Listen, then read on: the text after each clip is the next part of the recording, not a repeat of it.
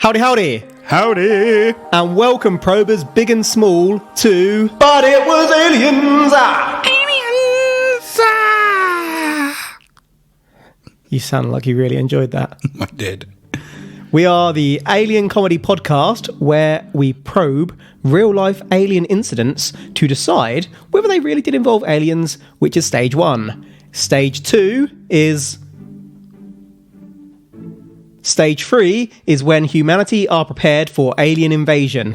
I'm your host this week, Kevin the Grey, and opposite me today is Granville Moonwalker. Yo, yo, yo. Now let's get right into it today. We are going international. Japanese plane, Paris flight, ending up in Tokyo, going over Alaska. Hop on board. It's gonna be a bumpy ride. I'm pretty sure there is a Lupe Fiasco song which has Snoop Dogg in, which goes from Paris to Tokyo. It's actually an air route, so I'm stretching a little bit. Fair dues. So, Just thought it was a coinky-dink. it was the night of November the 17th. I honestly thought you were about to say, it was the night before Christmas. It was not the night before Christmas.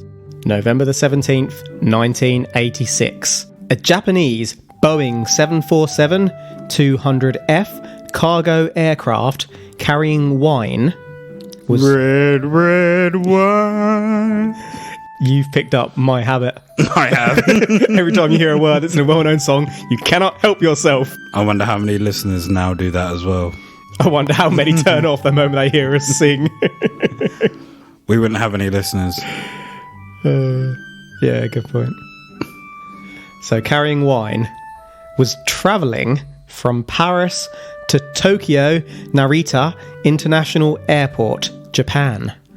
This flight, Japan Airlines Flight 1628, would follow the polar route over Alaska, which is on the very northwest of the United States of America, just across from Asia. Obviously, more direct routes have opened up since this time, but in the 80s, Rocky was beating Drago, the Cold War was still a factor, I must break you. as were refueling stops in Alaska at the Anchorage Airport. You might remember Anchorage, we've mentioned that one before. It was on the plane stretch between Iceland and Anchorage, Alaska, as the sun went down, that things would get unusual. What you thinking? Aircraft attack? Air Force One? Con Air? Snakes on a plane?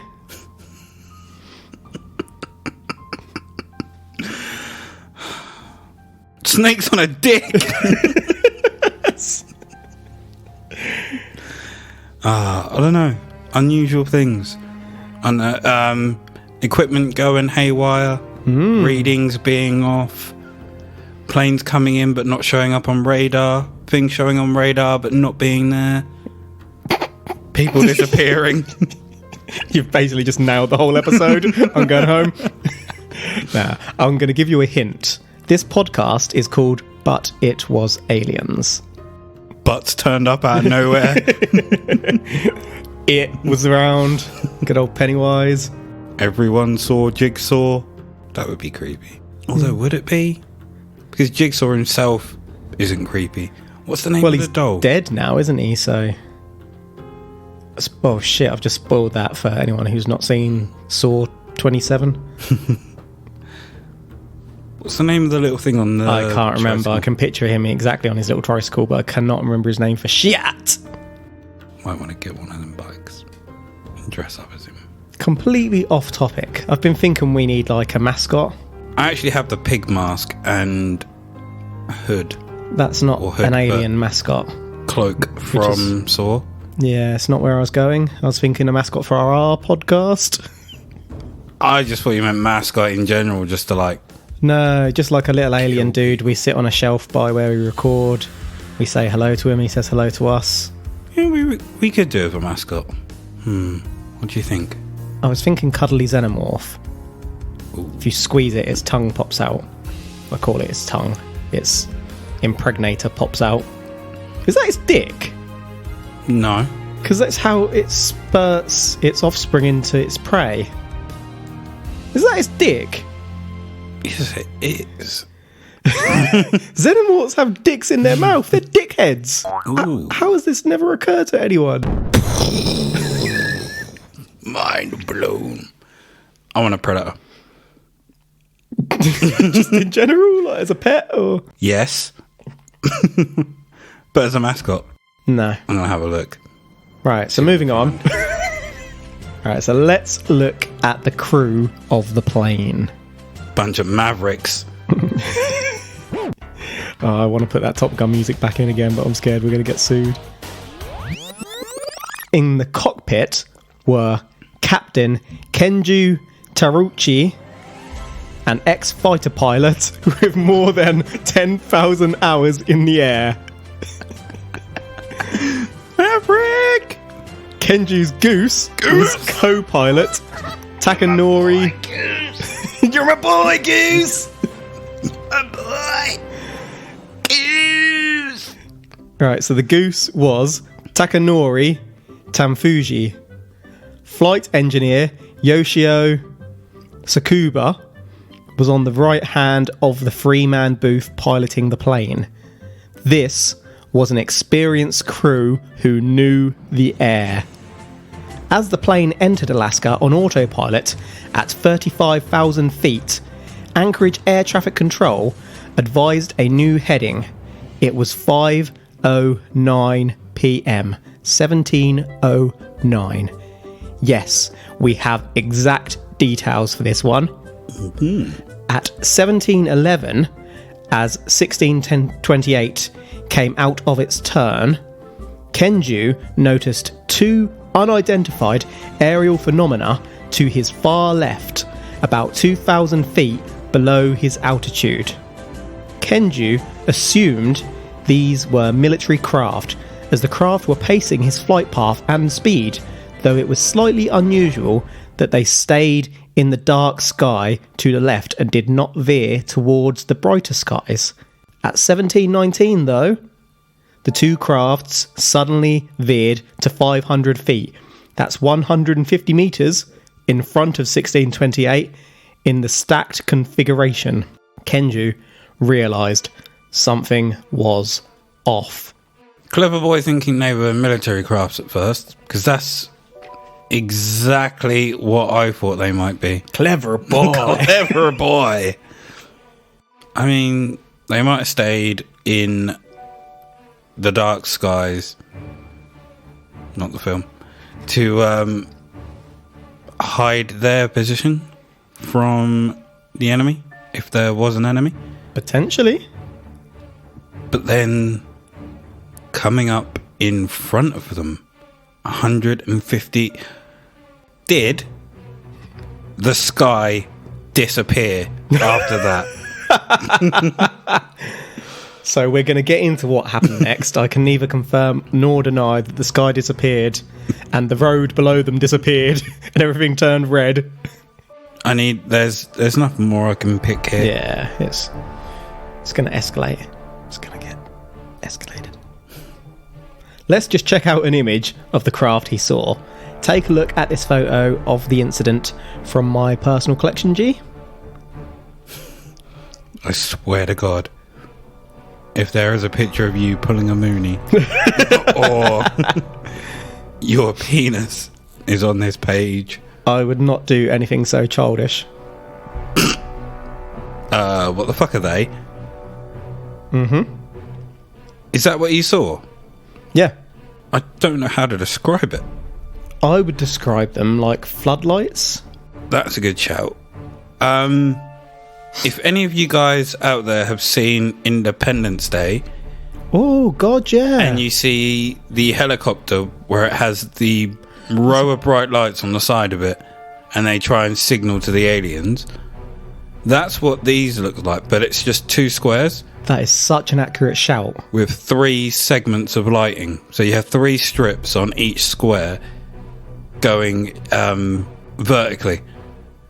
And you have a set of lights on the right, set of lights on the left, and the middle strip is just lights off, really. It's just two squares. One is slightly higher than the other, but only slight. That's still weird.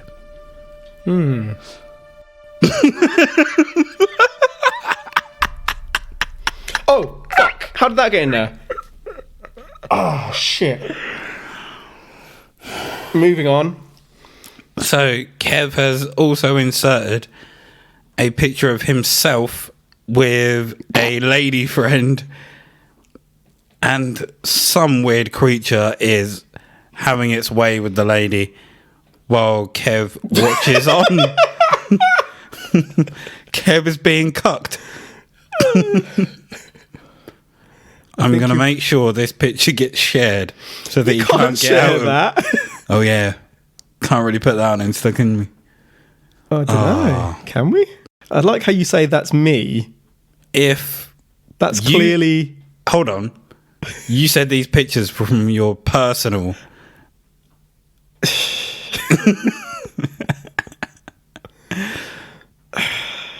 If any listeners would like to see this picture, DM me and I will make sure it gets sent your way. I wonder if we can post it. I don't think we can. There's not anything on show. No. But the implication there.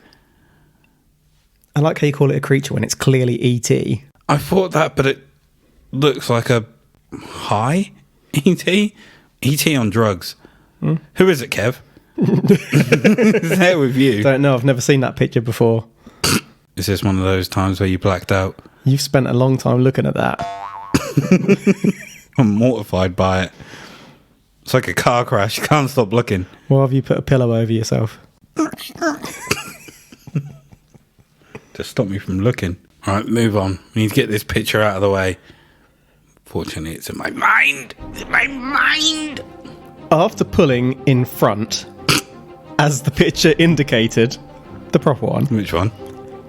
The alien one. Okay, the proper alien craft. The crafts activated some kind of reverse thrust, and their lights became startlingly bright. So, to come from beside to in front of 1628, the craft had to have sped up and then stopped, as if there was no such thing as gravity or any resistance in general, really. It matched 1628's exact speed, so that it appeared to be standing still in front of 1628. Then, suddenly, it changed course again. A bright flare went off for around 5 seconds, to which Kenju could literally feel the warmth on his cheeks. Air traffic control was notified at 17:19:15, but control could not confirm any air traffic in the area. After about 4 minutes, the craft assumed a side-to-side position once more, which they maintained for another 10 minutes. Let me just remind you that all three of the crew witnessed this. Have I just blown your shitting mind? No. Solar flare! So they were blinded by the lights? Yes, sir. So when they went to the side position, were they either side... Oh, side-to-side position in front, not beside the... I thought they meant either side of the plane. No. So I was going to ask what the shape was when they saw it from a side view. So, do you reckon the same way they did in Independence Day, this was some kind of greeting or... Possibly. Code to say that... Back the fuck up? I'll be honest, at this point in my research, I had no idea. Or get smacked the fuck up. Obviously, I tend to go in things thinking in my head, there's no way this is real. I couldn't, at this point, think what the hell this could be. And he felt the heat on his face. Could it have been a military craft of some kind? Or another craft just going up to signal them or to try something? I don't know. The speed and the accuracy at which it moves and matching their speed just like that. Oh yeah, that is It's true. It's hard. not as if it slowed down gradually or anything. It's quite instant, isn't obviously I can't say for definite that it isn't at this point, but it's hard to fathom us having that kind of technology. Let's just say that my shitting mind has not been blown. But it's intrigued. Goddamn rain. Start coming down really hard. It won't last. So the objects obviously looked square-shaped, but the lights actually appeared to be glowing nozzles or thrusters, separated by a dark central section. Kenju believed the objects may be cylinder-shaped, but appeared square, like floodlight columns, as they were front on. As the craft moved, the lights got lighter or darker, which indicated that the nozzles were automatically firing to maintain course. At 17:23:13, the crafts left abruptly as they moved below the horizon to the east. So that's about 12 minutes of an incident. Not exactly a see something in the sky, but you're not sure kind of encounter, is it? Are these some kind of like F-Zero crafts? F-Zero designed bitches. I get what you're saying.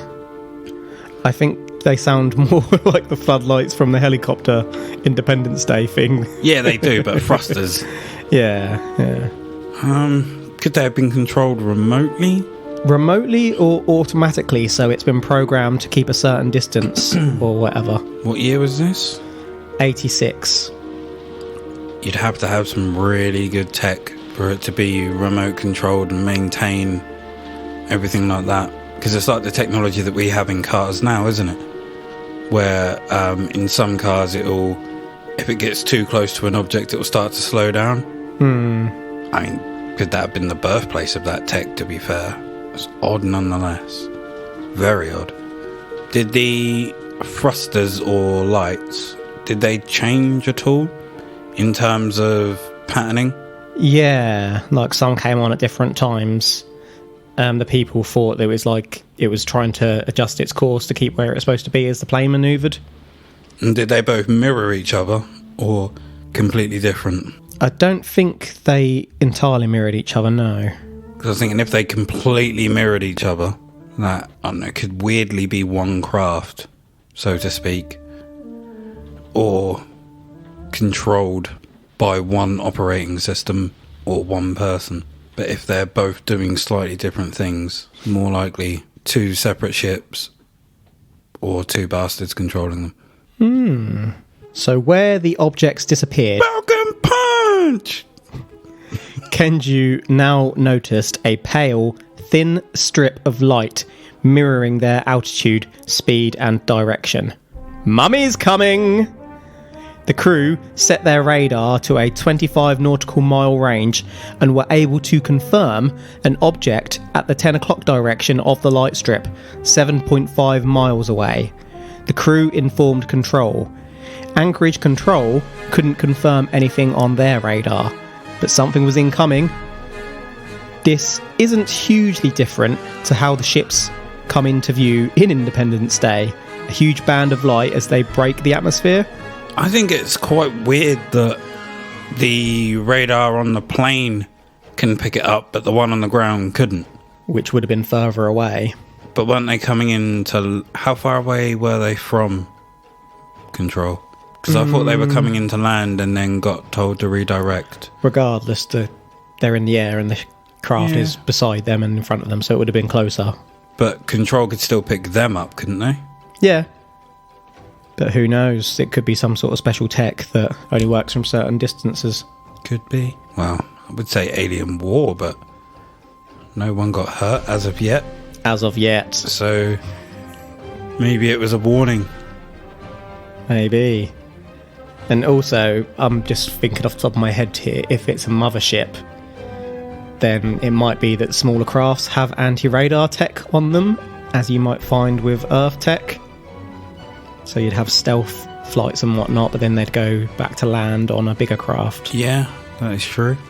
So by this time, the aircrafts were approaching the Alaskan city of Fairbanks, and the city lights begun to illuminate Mummy. Kenju was able to trace the outline of a giant spaceship, nay, a mothership, on port side. This thing was twice the size of an aircraft carrier. Not an aircraft carrier. The mothership followed the plane in the same formation for a 45-degree turn and descent from 35,000 miles to 31,000 feet. Sorry, not miles, feet. followed by a 360-degree turn. Anchorage Control offered military intervention, but Kenju was aware of the Mantell incident and so declined military support. I won't go into too much detail because we may cover that at a later date, but basically a UFO incident resulted in a crash in 1948. Kenju did not want to crash. So let's just check out a few renditions of what the crew saw from my personal collection. So this mothership was following these bastards at that time. Yeah. Literally. So initially they had the baby ship. Mm-hmm. Now the mothership has come into play. Ooh. Doing the same sort of thing, tracking them. That'd be quite scary. Okay, that silence was shock. Just looks like the planet Saturn. So what I'm looking at is what is known as an airplane. Is an airplane. And above it can only be described as the planet Saturn, which it looks simply like someone has taken an aeroplane and put it into space. Yeah. So it's got like the strip around the middle, which you might think of as a classic flying saucer. So that could have been the beam they saw coming into view before the bowl on top and beneath it then came into view, making it look like Saturn. Still, to me, just looks like Saturn. Oh yeah, I'm not saying that it doesn't. These are some very strange renditions of pictures. Aren't they, though? Okay, so this next one, it shows another aeroplane with a red reptile scaled Saturn. Literally just looks like reptile scales all over it in red. Underneath the aircraft. And then in front, 2 red discs, which do not look anything like the set of lights that we saw earlier in front of the plane. They're totally different. Yeah. Obviously, that one wasn't drawn by the pilot. That's just people doing impressions of what he saw. So I think they've got a bit carried away with the Saturn and made the ships look more like it. Over Alaska. And underneath, we have one of the pilots, I assume. Yes. Holding a picture. I'm assuming he drew this. Yeah. Of what he saw. Correct. And again, this looks less like Saturn, more like a space hopper. Or not a space hopper, but the ones you used to get with the ring around them where you stand on them and jump. Yeah. Looks like that. Or a burger. Yep. It's he's drawn a burger. Giant burger. Giant burger. Mm-hmm. With some sauce. And underneath that, we have Kev getting absolutely destroyed by ET, by his probe. How did that get in there? I really don't need to see you naked, son. You stop putting these personal pictures in the probes? But look at that thing. No. They basically saw a combination of the planet Saturn and the Death Star. I've actually got an image to scale here, if you'd like to check this one out. Fucking hell. Yep. Excuse my French. If that is to scale, that must... How did no one else see this in the air, if that's to scale? That is pretty much like the moon.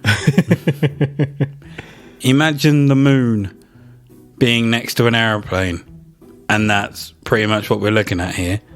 That's insane. Yep. And no one else saw this. I don't know why you're finding that a bit puzzling. Think about it. When you're on a plane, you're barely ever over land or over civilization. So towards the end of the flight, they started getting close. But for the majority of this, you think this went on for 12 minutes. That's 12 minutes above nothing. Were they the only people aboard that plane?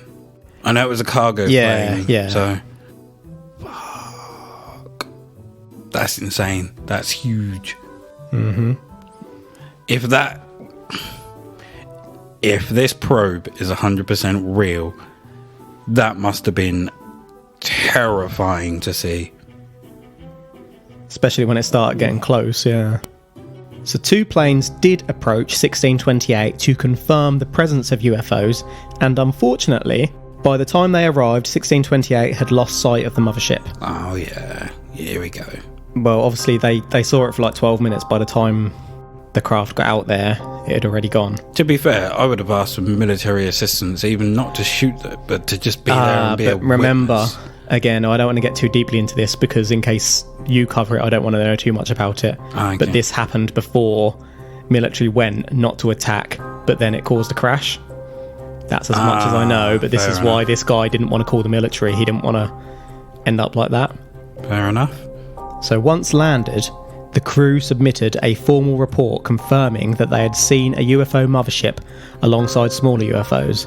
As I said, Control couldn't pick up any radar signal, but it turns out nearby Alaska Air Force Base Elmendorf Control did report a surge primary return after a couple of minutes. So something was definitely there which could not be explained, disturbing electromagnetic waves. Ooh. Do you think that we are going to have another... So you know how Nimitz was real? Mm-hmm. Do you think they're going to come out and say that this was real? 4 weeks after we cover it. Just like Nimitz. We're ahead of the game. They're like, shit. Shit. Those damn UFOs. Those damn MIBs. Those damn MIBs, Balboa. Well, they clearly didn't attack them because they managed to land safely and to report. So did they just follow them for a little while? It sounds like the little ones went to have a little snout of them, mirrored them in a formation, suggesting they were monitoring them, but they didn't attack. Then they had their fill, left, and Mothership came for a quick snout. Or Mothership maybe came up to pick up her babies. Do you reckon the Mothership was actually chasing the other two and they tried to hide in front of this other craft, in front of the plane, and then they buggered off and the Mothership followed the aeroplane because it like sensed that the other two were there? Maybe it was like, why can I sense them here but they're not here? Followed them for a bit and were like, well, they're clearly not here, and then went. I'm just speculating here, just chucking out shit. So in December 1986, Kenju gave an interview to two journalists. Pretty much straight after he'd done this, Japan Airlines grounded Kenju. Kenju was moved to a desk job. They clipped his wings. Oh. Kyoto News contacted Paul Stuke, the Federal Aviation Administration, or FAA, Public Information Officer in Anchorage, and received confirmation of the incident. United Press International also had the report confirmed, and so by the 29th of December 1986, the news had gone international. They couldn't cover it up. The FAR consulted on what to tell the media about the UFO. The FAR chief of the Accidents and Investigation Branch, John Callahan, thought it most likely an experimental stealth bomber sighting and conducted an internal investigation, playing back the radio calls and all available radar data. The FAR reportedly informed the Navy Vice Admiral, who asked the FAR not to talk to anyone until they were given the okay and to prepare a presentation for government officials the next day. This meeting was attended by the FBI, CIA, and the then US President Reagan's science team, and the Men in Black. Oh, this shit was taken seriously. Yep. They called in the big dogs, yo. Yep. This is an all hands on deck. Yeah. One of those moments where like every department gets the call and you see the montage of everyone, boots on, laces done up, things being clipped in, lockers being slammed, close up of badges, doors closing, people driving off. Badges? Oh, badges. Yeah. Just a little badger. They squatted the fuck up. Yeah, absolute squad. So as you may guess, the meeting demanded that this incident was kept secret, and indeed that the meeting itself never took place. Just to confirm, it was that FAR Chief Callahan I mentioned earlier who subsequently leaked this. He would state that the government confirmed this to be the very first incident of recorded radar data on a UFO and took possession of all data. But Callahan managed to retain the original 30-minute video that had been compiled of all the data, as well as the pilot's report and the FAR's first report. They had been forgotten about and remained in his office. There were also printouts of computer data on the UFOs from which all targets in the sky at the time of the incident can be reproduced. So basically, what I'm saying is that we have some legit evidence. So they made a copy of the radar. Yeah, basically they made a video of everything all together, then copied that video to present obviously at all these meetings and whatnot. But they left the original... Clever when boys. they took it all, Clever the original boys. was just sat on his office. Ooh.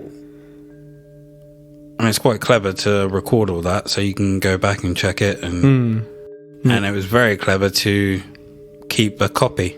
Yeah. He already had an inkling of what might happen. The fact that all these other people had been called, he was like, don't know if I can trust them. Smart boy. Smart boy. So after a 3-month investigation, the FAR actually did release their results at a press conference on the 5th of March 1987. Here, they tried to retract the earlier confirmation that a pilot had confirmed a UFO sighting. They tried to say it was a split radar image that appeared to the pilot at the exact wrong time to make it look like a UFO. The FAR said that they accept the descriptions from the crew, but simply couldn't confirm what they saw. So, They're a saying, split radar image. Yep. But they physically saw it. Yep. Well, they're saying, we accept what you saw, but we just can't confirm it. You didn't see anything. We accept what you saw. You didn't see anything. But we accept it. You didn't see anything. Sweeping this under the rug. Absolutely. Keeping everyone quiet. Look, we know what you saw, but shh, you didn't see anything. Our boys got to them. They got to them, they took all the evidence, investigated it thoroughly, and then swept away. Kept all the evidence and swept away. Sons of bitches. That's actually it for that incident. It's been covered by a lot of podcasts, books, and websites, and most state that they believe this incident was indeed a real UFO. I feel duty-bound to go a little deeper though. Firstly, can we debunk these professional bastards? The crew combined have about 46 years of airtime, so they were not noobs. Rest in peace. Rest in peaches, Valentique. Rest in peace, Valentique. They were also all free of alcohol and drugs. Legit. 46 years of airtime. No alcohol or drugs. Can't question it. So looking on the other explanation side of the fence, UFO researcher Philip J. Klass noted that Kenju was a UFO repeat sighter whom had 2 sightings before this incident and 2 more after this in January. Kenju already believed UFOs were of extraterrestrial origin. The whole crew saw the lights, but it was only Kenju who made out the full mothership. Meanwhile, Yoshio said that he couldn't be certain what he saw wasn't simply a bright star. Klass also did some digging and found that it was likely both Jupiter and Mars were visible in the sky that night. But in a later report, he had realised that Mars would have been extremely faint and removed this from his explanations. Instead, he put forward reflecting moonlight and ice crystals in the clouds as the cause, but the craft was above the clouds. So the skeptics are changing their story when things don't add up. Perhaps their stories are a slight issue, but that doesn't explain the radar, and let me reiterate, there were 2 other crew members as well as the radar data, which was taken seriously enough to warrant government involvement and a possible attempted cover-up. Also, a few others have since confirmed that the meeting with the government officials and men in black took place. Tough one. So, just because Kenju has reportedly seen UFOs before does not mean that this one is not a UFO. Absolutely, and you've also got to remember he's flying the same sort of flights as a pilot. You tend to have your routes, don't you? You do, so indeed. If there's something around that area, chances are he might keep seeing it. And Yoshio said that he couldn't be certain it wasn't simply a bright star. Yeah. Again, can't be certain. Did our boys get to him? That's what I was thinking. He's been told to throw a bit of cold water on this. And I think if you're a pilot or someone who spends a lot of time in airplanes, or even someone who spends a lot of time looking at the sky, when you see a star, you can bet your ass that it's a star or a planet potentially. You know the difference between craft and astronomical objects. So Kenju had his wings clipped. Yep, desk job, rest of life. What if Yoshio had a family, had people to take care of, and they threatened to clip his wings? Potentially. They got to him. And he had to come out and say that he wasn't certain what he actually saw. It could have been a bright star. Yeah, just throw a little bit of shade on Kenju for us, would you, Yoshio? Yeah, they seem to be shitting on Kenju quite a bit, which you would kind of expect them to do if they're trying to shit on a story. Yeah. Make someone look crazy and unbelievable. And to be honest, I don't think it really matters if he thinks it's extraterrestrial or not, because he's still seeing something. Exactly. It's up to him what he believes it is. Ooh. So by itself, this is a pretty compelling file, right? What if I told you that there has been a couple of further sightings in this area by other pilots? Ooh. On the 29th of January 1987, Alaska Airlines Flight 53 confirmed a very fast-moving object on their onboard radar between Nome and Anchorage. Nome. The crew could not see the object visually, but they did confirm the object was moving incredibly fast and gaining speed at a crazy rate of approximately 18,000 miles per hour. Anchorage couldn't confirm that radar reading at control. Then, on January the 30th, 1987, a jet flying from Anchorage to Fairbanks also observed a large disc-like object within 40 feet of the aircraft before disappearing. The transcripts of the radio interactions for both of these subsequent incidents are published online, as is 1628. So 2 others within a couple of months of the first. Ooh. Did they clip the wings of these pilots? I'm not entirely sure, actually. But these other pilots, they were saying, obviously the transcripts were available so you could see they've seen something, but they weren't coming out and saying that they saw something. I was about to ask. Whereas Kenju, because obviously he liked aliens, so he was like shouting out to the media, I've seen something! And boom, clipped. That is true. I was going to say maybe these guys saw the kind of attention that Kenju was getting, but then he might have been getting good attention from the media, but prospects as a job, office job. This man was a safe pilot. They stuck him on a desk. It wasn't like he handled it badly or he had a crash. He had nothing on his record, did he? No. I suppose if he did, you wouldn't allow him up there to fly in the first place, would you? Mm-mm. UFOs in Alaska. Been quite a few. Yeah, we covered the Alaskan Triangle in a previous episode, didn't we? Mm-hmm. And there are quite a lot of crashes as well as sightings there. So maybe there is something going on up there. Time to summarise? Indeed. That's today's files, son. We've had Japan Airlines Flight 1628 cruising over Alaska when 2 incredibly fast UFOs have approached it, putting on a light show or jet thruster show. 3 crew members saw these strange lights. Then once they disappear, the pilot Kenju, who was very experienced and had seen UFOs before, looked around the sky and spots a mothership. The others only saw strange lights. Radar data from an airbase confirmed that something was in the sky. The UFOs then disappear.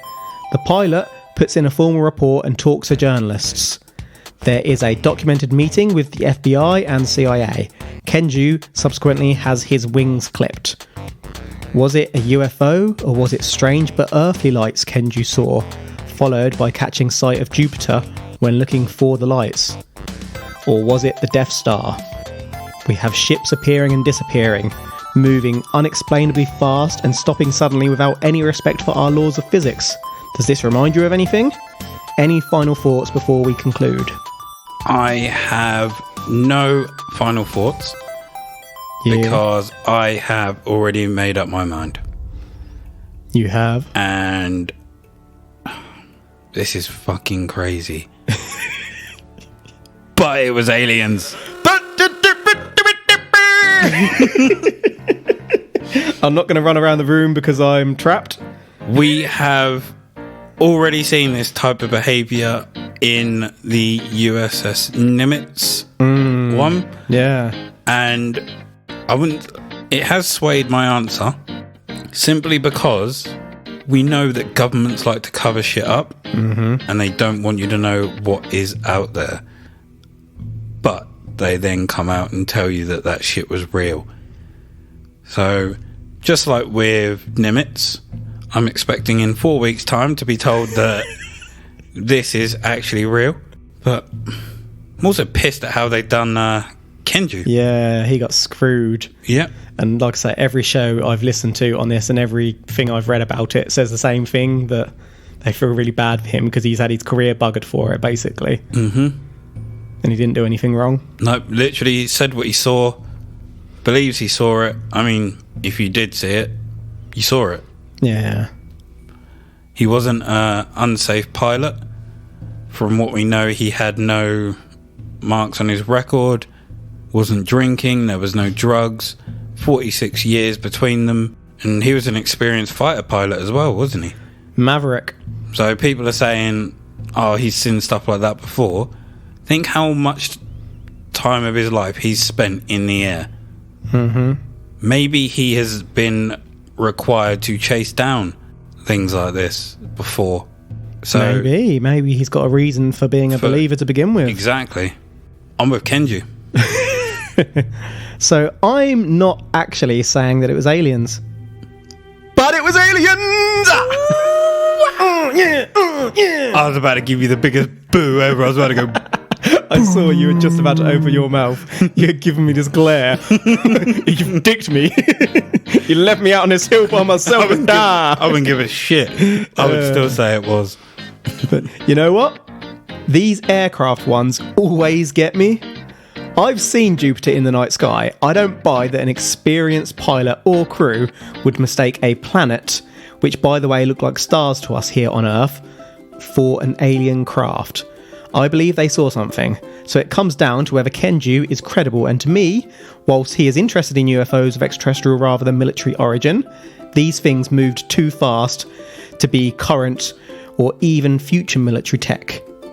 The cover-up attempt was also suspiciously strong with this one. Any final thoughts before we close? This is aliens. Aliens! Aliens! Aliens! Probe. That was our final thoughts. Hashtag we believe in Kenju.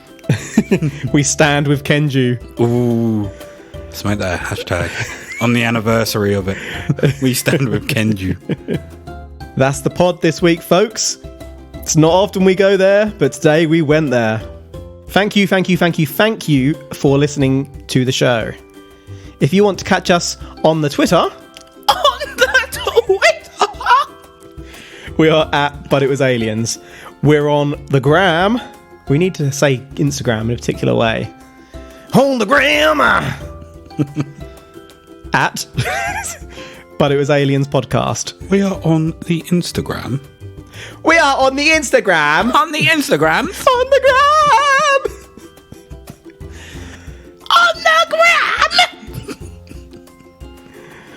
will be heard by you next time on But It Was Aliens. But until then, remember, the truth is up there. Kenju saw it, so might you. Hashtag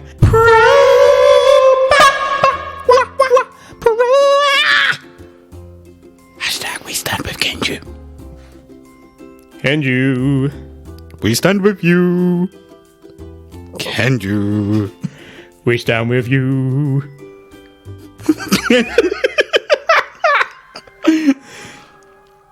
Kenju. We stand with you. Kenju. We stand with you. Kenju, Kenju, Kenju. With you we stand. Kenju, Kenju, Kenju. With you, with you, with you. Kenju, Kenju, Kenju, Kenju, Kenju, Kenju, Kenju, Kenju, Kenju.